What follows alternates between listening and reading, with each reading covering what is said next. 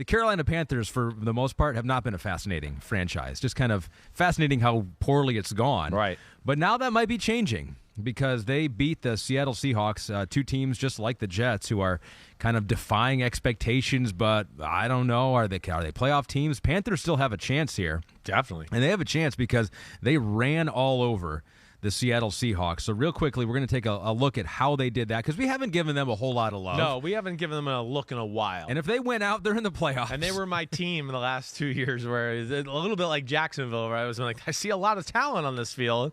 I don't know why they can't put it together. So here are the numbers from Week 14. They ran it 46 times against Seattle, and they had 223 rush yards against Seattle, who didn't have their star running back, didn't have their backup, just 46 yards. But run game went entirely to the Panthers. And so what'd you see from them? Was this just them beating up on a porous Seattle defense, or are the Panthers possibly able to do this against a lot of teams in the NFL? Well, I don't know if they're able to run for 200 and something yards against everybody, but I think the formula can be replicated to a degree.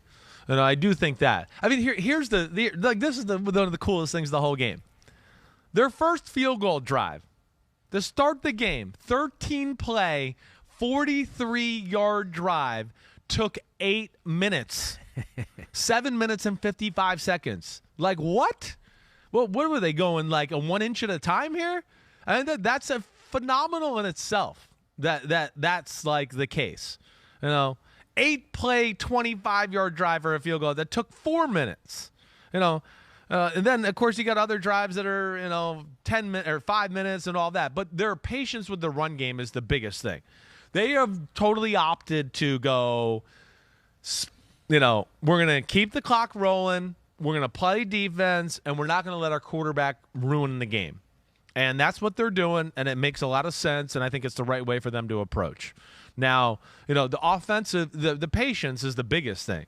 And I think you saw in my notes, I mean, they weren't really gashing them in the run game. It wasn't like, oh, man, Seattle's in trouble. I kept going like, wait, when are the stats and the numbers going to come? I really did. I was like, wait, I'm at halftime. They ran it 20 times for 77 yards. Like, what? Are they really going to, explode like this? And then I'm in the third quarter, and I'm going, it's still nothing special, right? Hawk Strollinger said, seems like the Hawks held the Panthers' run game enough in the first half. Then they lost Al Woods, and it all fell apart in the second half, Shirley being on the field for 40 minutes. That's the problem. It was 39 minutes of time of possession was a factor, too. But which level of the Hawks' D was most responsible for the run game woes? Yeah, I think, it's the D line. The Hawks, as we've discussed, there's no big-time D lineman.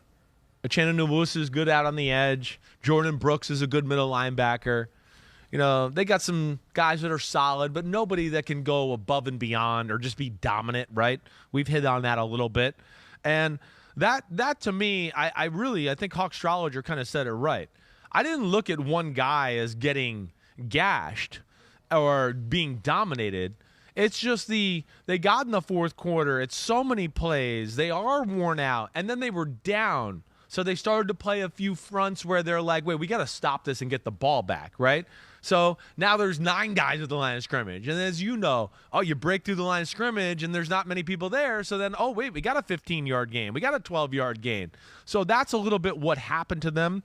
But, yeah, just between running the ball, short passes, and just the patience with the run game, and then we'll hit on their defense here in a second, they're a pain in the ass.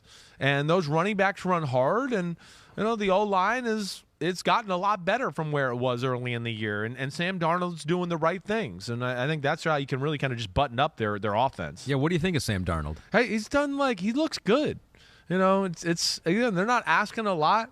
It's a play-action pass and a bootleg, and okay, we'll drop back and pass it here, but he's doing it just right. Hey, he's open, he throws it. It's close. Coach told me to play the defense. We're going to run the ball. I'm going to check it down.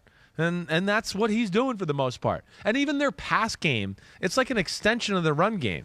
Like Laviska Shenault, he caught 4 passes. They were all like the swing passes that were basically like toss sweeps. And then he's like a Mack truck at receiver, and he just runs through DBs, and you're like, that was a gain of 9. They threw the ball 3 yards behind the line of scrimmage. I've always thought about him. He's probably like maybe a slower, less explosive Debo. Yeah, he's right? with more kind power, maybe. You're with right. more power. I think he could be played in that element. I wouldn't be shocked if that happened here at some point in his career, where people start to go, wait, we should hand him the ball.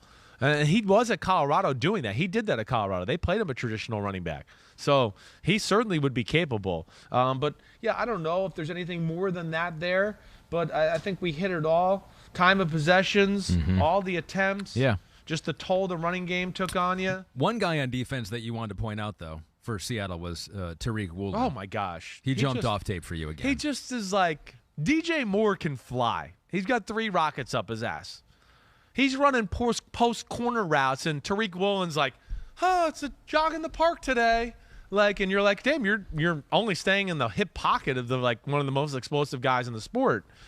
Yeah, he really, you notice him on the field, not only with his look, but his movement and how close he is on making plays on the ball constantly. I mean, there was 2 or 3 balls where you're like, whoo, Sam just got that one in there. That was dicey. So yeah, he is amazing that way, and I think we had it, but Sam's movement is a part of this too, and Sam's ability to scramble. And I wouldn't be shocked if we start seeing, because one thing that got going late in the game was the Ravens double puller run that I like. Right, so you're in the shotgun and the center blocks down, and the right guard and the right tackle pull around, and you give the ball. And I wouldn't be shocked to see, we faked it to that guy, and then there goes, Sam Darnold start to be broken out. But, the Panthers just physical and staying to their game plan. Impressive. Hi, I'm Mike Tirico, and thanks for watching. Make sure to hit subscribe for the latest news and highlights from NBC Sports.